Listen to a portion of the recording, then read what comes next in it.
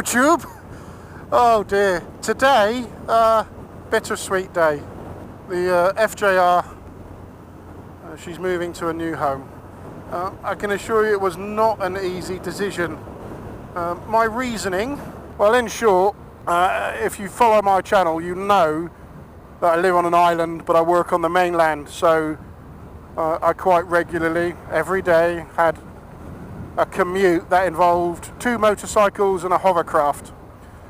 Due to COVID-19, I now work from home pretty much all the time. Therefore, one bike gets sat and doesn't get a whole lot of riding, and it was just difficult to justify the cost of 2 bikes. I had to pick one, and I'll be frank and honest, I picked the FJR because I don't think it's better than the Super Tenere in any way. I think they're hard to compare, the 2 bikes. But I've only just got the Super Tenere. That's the bike I'm into at the minute. We got some special trips planned next year. Pandemic's pending, obviously.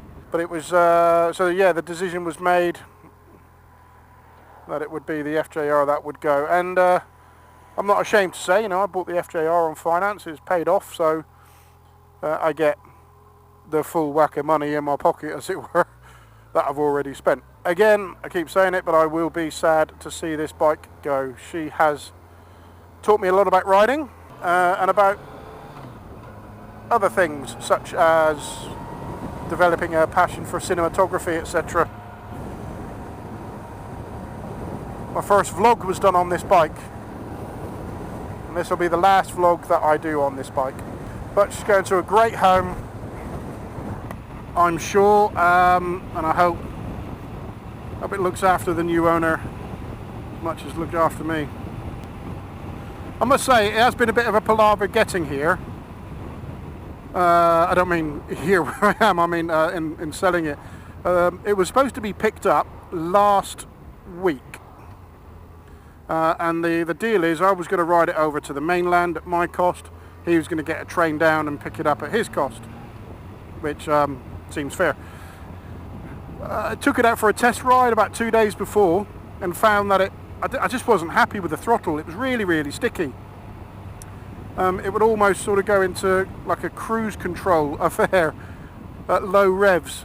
It would just not snap back in a nice, even way. So I lubed it, adjusted it, did all the things that I know how to do. Nothing. So I took it to my local Yamaha dealer, Dave Deaths on the Isle of Wight, and he set about it and diagnosed it as a faulty cable. So they ordered a new cable in. Now, in the time that we were waiting for the cable to come in, and by the way, it came in yesterday afternoon, and it's a 3-hour job to fit. 3 hours, but tank off, all the gubbins underneath off, throttle bodies off to do the cable. So it's a big old job. Yeah, but while we were waiting for the cable to come in, it fixed itself, and they phoned me to say, look, we got the cable here, but are you sure you want us to do it? Because the lube seems to have now taken, and it's all lovely and loose. And I had to be honest and say, look, you know, I'm selling the bike. I want it to go in a good state. I think the stiff throttles happened to me once before. I don't want it to happen to him. I said I was going to change it, so that's what we did. So, and it feels cracking, really responsive. So we're just on our way to the ferry. I am using Portsmouth Fishbourne, and then I'm going to ride it round to the Hard Exchange, or Hard Interchange, I forget what it's called, but the station, and sign her over. And then I had a right old logistical effort yesterday, moving vehicles around the island. So I had to get my Super Tenere into Ryde, which is half an hour from where I live, so that when I drop this bike off and then come back, I'm going to get the fast cat passenger into Ryde, and I'll just walk up the pier and pick up my Super Tenere. So yeah, I feel a montage coming on. Hang on. Wait. Yeah, let's have a montage. Best bits of the FJR. Go for it.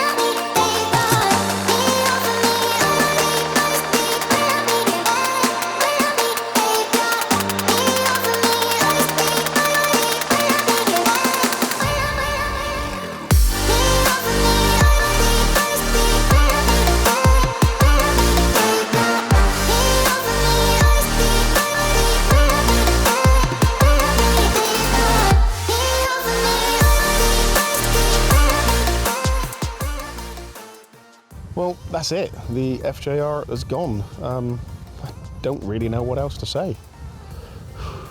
Other than, the hell is going on with my hair? This weird comb over thing.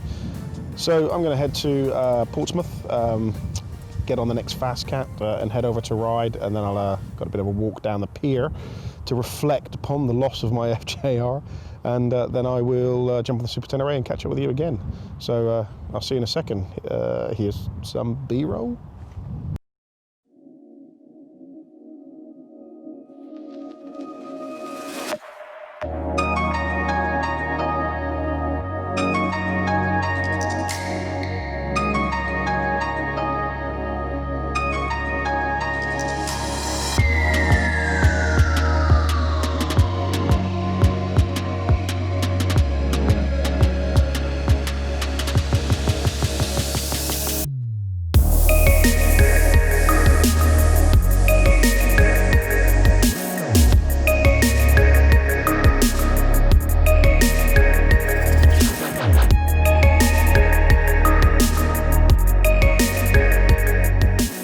So, that's it.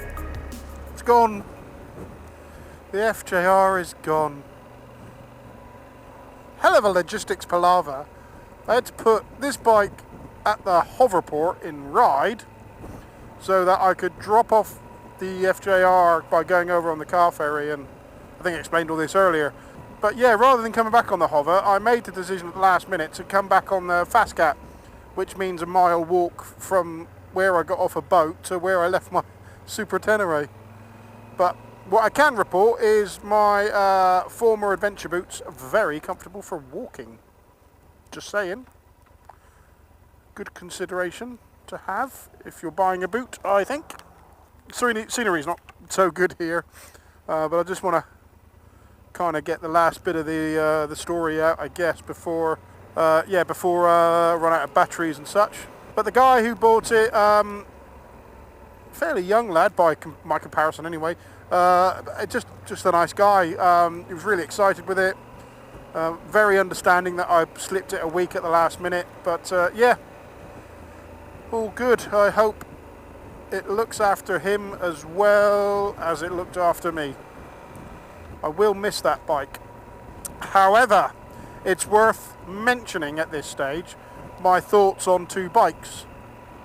So, yeah, great idea, n equals +1 and all that, but I'm kind of looking forward now to just focusing all my attention and money on one bike rather than firing it out between two. And you know, that whole bit where you go, I'm going for a ride, I've got an opportunity to ride, I'll take this bike, and then feel guilty for not taking the other.